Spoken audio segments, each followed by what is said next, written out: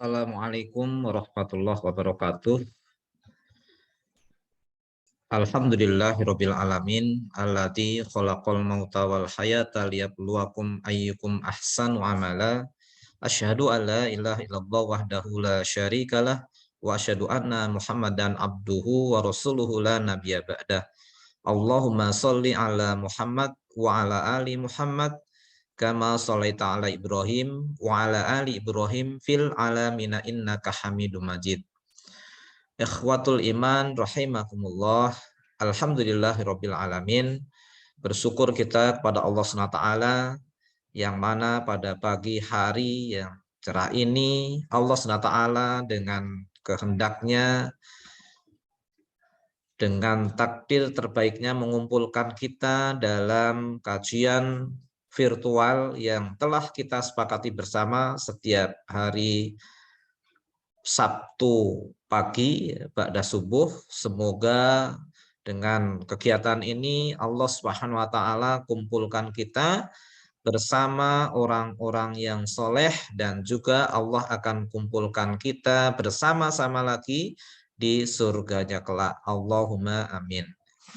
Saudara-saudara ikhwatul iman rahimakumullah, doa adalah sebuah ibadah. Dia merupakan tanda keimanan seseorang dan penyerahan dirinya secara totalitas di hadapan Allah Subhanahu wa taala. Oleh sebab itu, sikap kita di dalam berdoa benar-benar harus diperhatikan agar doa kita dengan baik, doa kita didengar, diijabah dengan baik oleh Allah Subhanahu wa taala. Di antara sikap yang harus kita tunjukkan kepada Allah dalam berdoa adalah tidak kecewa apapun yang menjadi jawaban Allah atas doa kita. Sebagai seorang hamba yang beriman, kita meyakini bahwa setiap keputusan dan kehendak Allah mengandung kebaikan di dalamnya. Bahkan lebih dari itu, Allah Maha mengetahui keputusan yang terbaik untuk hambanya. Sedangkan kita tidak mengetahui apa yang sebenarnya terbaik untuk kita. Ketika kita berdoa, berbagai permintaan, berbagai hajat kita haturkan kepada Allah yang menurut pandangan kita baik untuk diri kita, namun permintaan itu bisa jadi buruk untuk kita dalam pandangan Allah. Dalam konteks ukuran baik dan buruk, tentu kita mengedepankan pandangan Allah daripada pandangan kita.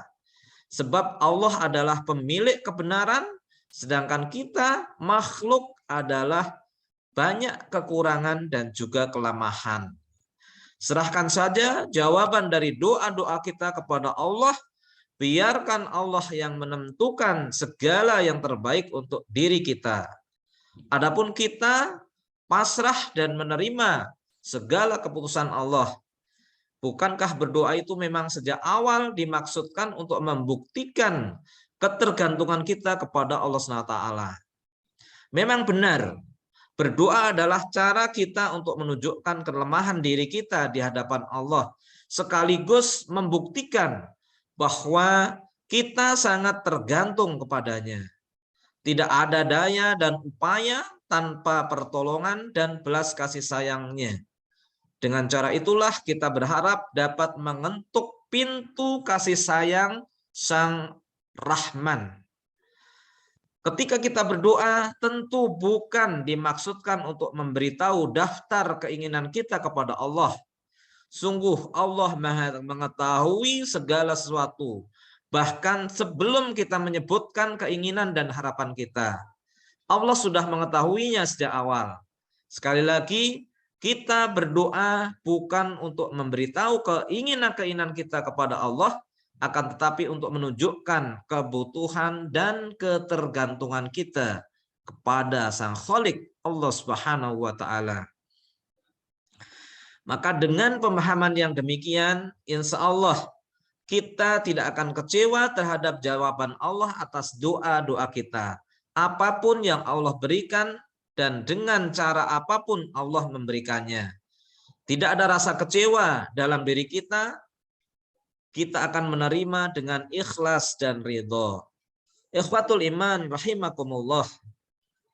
Itulah sebabnya sikap kita telah diajarkan oleh para nabi, salah satunya dicontohkan oleh Nabi Zakaria.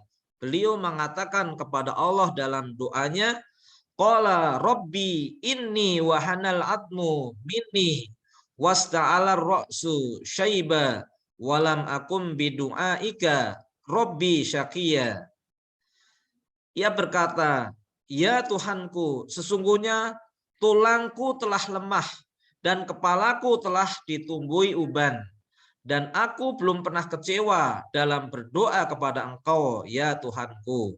Di dalam Quran surah Maryam ayat yang keempat.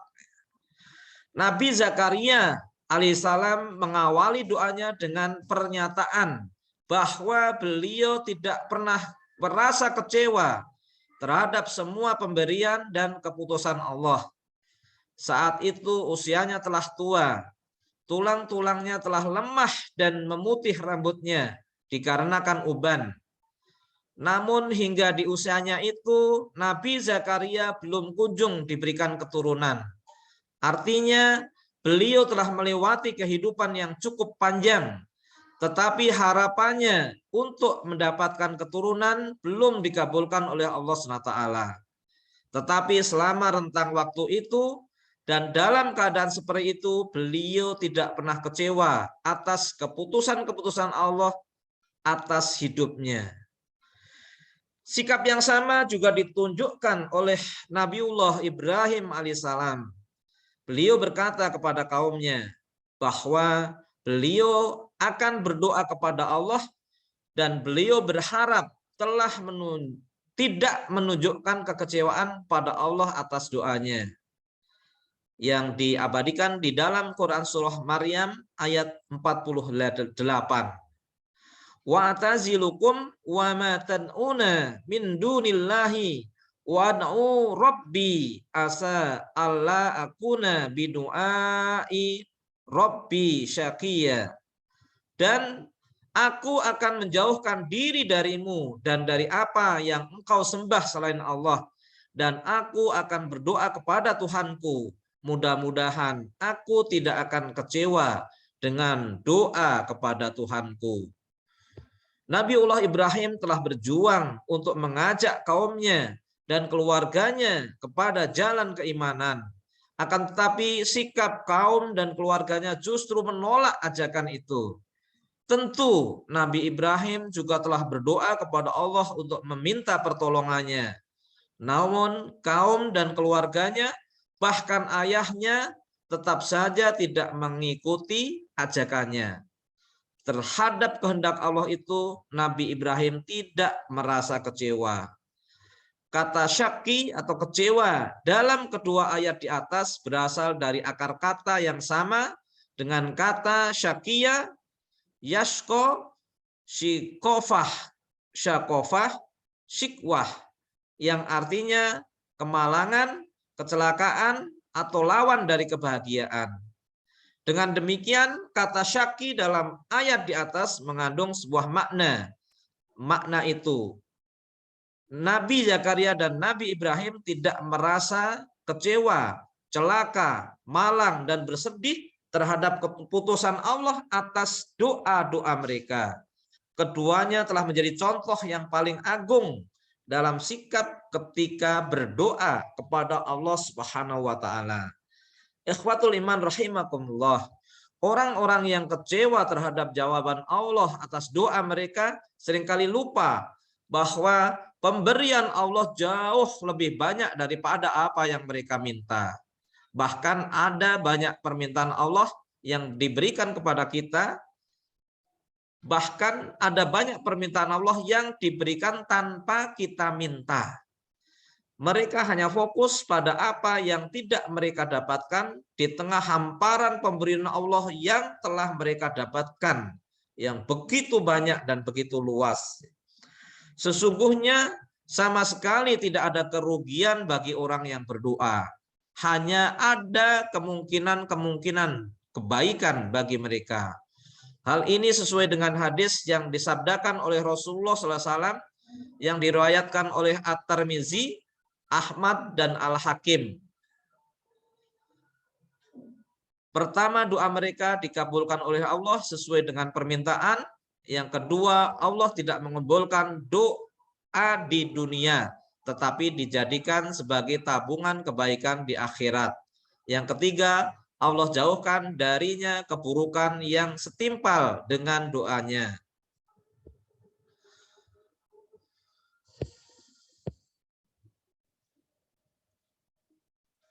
Oleh sebab itulah orang-orang yang beriman dan mengenal Allah dengan baik tidak akan pernah kecewa dalam doanya. Mereka tetap meminta kepada Allah dengan mengiba-iba, merendahkan dirinya serendah-rendahnya, tetapi mereka memasrahkan pengabulannya kepada Allah SWT. Perhatikanlah sekali lagi doa seorang nabi yang mulia, Musa alaihissalam, saat dirinya berpasrah kepada Allah setelah mengalami peristiwa yang cukup berat dalam hidupnya. Robbi inni lima anzalta ilaya min khairin fakir. Ya Tuhanku, sesungguhnya aku sangat memerlukan sesuatu kebaikan yang Engkau turunkan kepadaku. Dalam surah Quran surah Al-Qasas ayat 24. Nabi Musa mengatakan bahwa apapun kebaikan yang telah diberikan kepada Allah kepadanya adalah sesuatu yang dibutuhkan. Kalimat yang diucapkan Nabi Musa merupakan permohonan sekaligus ungkapan syukur atas segala pemberian Allah. Bahkan dalam keadaan sulit sekalipun, Nabi Musa tetap mampu menunjukkan rasa syukurnya. Dalam doanya, Nabi Musa menyebut dirinya sebagai fakir di hadapan Allah. Fakir yang menurut jumhur ulama merupakan keadaan yang lebih lemah dari keadaan miskin. Fakir adalah orang yang tidak memiliki apapun dalam hidupnya. Dia sangat bergantung dari pemberian orang lain terhadap dirinya. Dalam hubungan kita kepada Allah, kita adalah al-fakir yang sangat bergantung pada kasih sayang Allah. Oleh sebab itu, teruslah berdoa kepada Allah, mintalah apapun kepadanya, tetapi serahkanlah pengabulannya kepada Allah, sebab Allah adalah zat yang maha tahu, maha bijaksana, dan zat yang teramat besar kasih sayangnya kepada kita. Demikianlah taklim kajian yang dapat saya sampaikan. Mudah-mudahan bermanfaat dan kita semua bisa senantiasa berdoa tanpa mengharapkan hasilnya, namun Allah SWT sudah tahu kebaikan-kebaikan yang akan diberikan kepada kita. Billahi taufik wal hidayah. Wassalamualaikum warahmatullahi wabarakatuh.